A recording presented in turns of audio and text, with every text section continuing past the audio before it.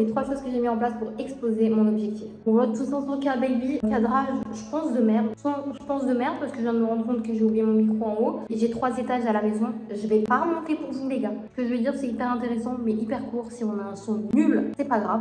Je pense qu'on va pas en mourir aujourd'hui. Je voulais vous faire cette vidéo parce que je pense que ça peut être hyper intéressant. Au mois de septembre, j'ai explosé mon objectif. Ça veut dire que je l'ai atteint haut la main et puis je l'ai explosé de 20 000 balles. Pourquoi atteindre juste un objectif si on peut faire 20 000 balles en plus les gars? Ça me semblait important, quel que soit votre niveau, que je puisse partager avec vous les 3 raisons pour lesquelles j'ai explosé cet objectif et que je ne l'ai pas explosé au mois d'août, au mois de juillet, au mois de juin ou bien avant ça en fait. Parce que j'ai forcément dû mettre des nouvelles actions en place pour pouvoir atteindre cet objectif. Donc let's go, les 3 choses que j'ai mis en place pour exploser mon objectif. Premièrement, le mindset. La première chose que j'ai dû faire, prendre la décision d'avoir un nouvel objectif. En fait, une des seules raisons pour lesquelles je n'avais pas atteint un objectif plus gros auparavant, c'est juste que je ne m'étais pas fixé un objectif plus gros. Si sur YouTube, vous ne savez pas, mais je l'ai annoncé un petit peu sur mes autres réseaux. D'ailleurs, dans la description, je vous mets mes réseaux. J'ai comme nouvel objectif d'atteindre les 500 000 € par mois. D'ailleurs, je vous ferai une autre vidéo si vous voulez pour le pourquoi je veux atteindre 500 000 € par mois. Parce que ça me semble aussi important de vous transmettre ma vision par rapport à ça. Puis, à part cette prise de décision, pourquoi le mindset? Tout simplement parce que je pars du principe que quand tu atteins un palier dans ta vie, que ce soit au niveau pro, au niveau perso, là par exemple, on parle de chiffres, mais dès que j'atteins un palier au niveau du chiffre d'affaires de l'entreprise, je sais forcément que c'est parce qu'il y a des choses dans mon mindset que j'ai pas encore débloquées. Parce que les gars, il y a des gens qui font beaucoup plus d'argent que nous. Qu'est-ce que ces gens-là ont de plus que nous? Eh bien, il faut le trouver, les gars. Donc, je me suis concentrée sur mon mindset et j'ai essayé de regarder ce qui allait pas. Qu'est-ce qui pouvait me bloquer? Quelles sont les croyances que j'ai encore pour pouvoir faire sauter les disjoncteurs, pour me débloquer au niveau mindset? Je pars du principe que tu peux derrière mettre les actions que tu veux en place. Si tu ne débloques pas au niveau du mindset pour commencer, tu n'auras jamais les objectifs que tu vas atteindre. Le mindset, c'est juste 95% de tout ce qu'on fait, les gars. C'est abusé. La deuxième, ça a été la prise de décision rapide. Pas la prise de décision de bon, je vais me mettre de nouveaux objectifs, mais la prise de décision rapide. Pourquoi? Parce qu'en milieu de mois, on était encore très loin d'avoir atteint l'objectif que je voulais atteindre. Donc il a fallu en fait, en milieu de mois, il nous restait 2 semaines, prendre des décisions radicales. Et en milieu de mois, tu n'as clairement pas le temps de développer de nouvelles stratégies. Là, ce qu'il fallait qu'on fasse, c'est ok, qu'est-ce qu'on fait et qui fonctionne déjà et comment le faire plus. Et il fallait décider rapidement. Tu prends ce que tu fais déjà et qui fonctionne et tu essayes de le dupliquer ou tu essayes de faire plus d'actions qui vont dans le même sens. Pour ça, personnellement, j'ai dû me refocus sur ma zone de génie. Puis, vous savez que la liberté, il n'y a rien de plus important pour moi. Je ne me vois pas passer juste 30 heures de ma journée devant un ordinateur. J'ai pas fait tout ça pour ça. Donc, au sein de l'équipe, j'ai dû juste faire quelques changements. On a pris 2 prestataires en plus pour pouvoir booster des choses qu'on faisait déjà et en faire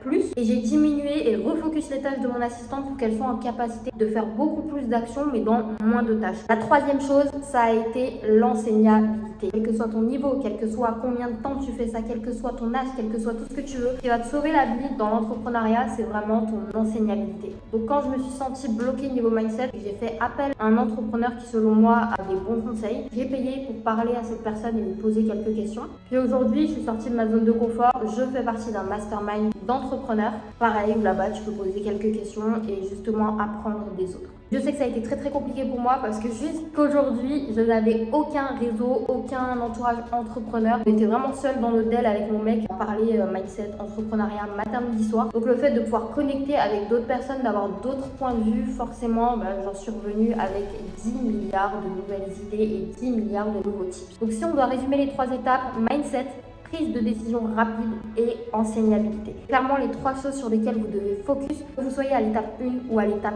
10. Ne confondez surtout pas votre étape 1 avec l'étape 10 de quelqu'un d'autre. Aujourd'hui, je vous ai donné des exemples concrets de ce que moi j'ai dû implémenter pour pouvoir exploser mon objectif. Ça se trouve, vous venez juste de démarrer votre business, ou ça fait plusieurs mois, mais vous êtes seul, vous n'avez pas d'équipe. Donc forcément, vous n'allez pas implémenter les mêmes choses que moi. Mindset, débloquer vos croyances, essayez de capter là où ça bloque pour faire sauter les disjoncteurs. 2, prendre des décisions rapides, ce qui inclut forcément prendre des risques, surtout ne pas être bloqué par la peur, ce qui en revient en fait au mindset. Et 3, l'enseignabilité. L'enseignabilité, je le mets vraiment en numéro 1 dans l'échelle des qualités que doit avoir un entrepreneur. Si t'es pas enseignable, t'attendras jamais rien. Et si un jour tu arrêtes d'être enseignable, tu te casseras la figure et après tu vas te demander pourquoi. Ça, c'est vraiment un gros challenge parce que parfois quand tu atteins certains objectifs, un certain niveau, c'est très facile d'arrêter d'être enseignable, de juste se la péter comme ça, tu vois, et de se dire ah, je suis le boss du monde. Donc c'est vraiment important de pouvoir garder les pieds sur sur terre. Comme j'aime le dire, on est toujours le pauvre de quelqu'un ou le riche de quelqu'un, et surtout on a toujours à apprendre de quelqu'un. Et puis si vous êtes le plus intelligent, le plus drôle, le plus smart d'une table, quittez cette table et allez à une table où le niveau est beaucoup plus élevé en fait. J'espère que cette vidéo courte vous aura plu. C'est clairement les conseils que j'ai appliqués pour exposer mes objectifs, et surtout, faut le dire, pour doubler mon chiffre d'affaires en très peu de temps. Comme quoi tout est possible et tout tient qu'à nous. Donc, let's go les gars, stay focus sur vos objectifs, quel que soit votre niveau. Implémentez ces 3 conseils pour pouvoir exploser le game au mois d'octobre. Ah oui, j'ai failli oublier, c'est ma première vidéo YouTube, donc c'est compliqué pour moi. N'oublie pas de liker, n'oublie pas de partager si t'as kiffé, n'oublie pas de commenter. N'hésite pas aussi dans les commentaires à dire les sujets que t'aimerais aborder. Je pense que t'as capté, Tata Gamze débarque sur YouTube, mais c'est exactement pareil que sur les autres réseaux. En mode naturel, nos prises de tête. Si ça te plaît, tant mieux. Si ça te plaît pas, c'est cool, il y a plein d'autres vidéos sur YouTube. Je compte sur vous pour partager cette vidéo et on se retrouve sur la prochaine. C'était Tata Gamze. Passez la meilleure journée de votre vie avant demain, forcément. Ciao tout le monde.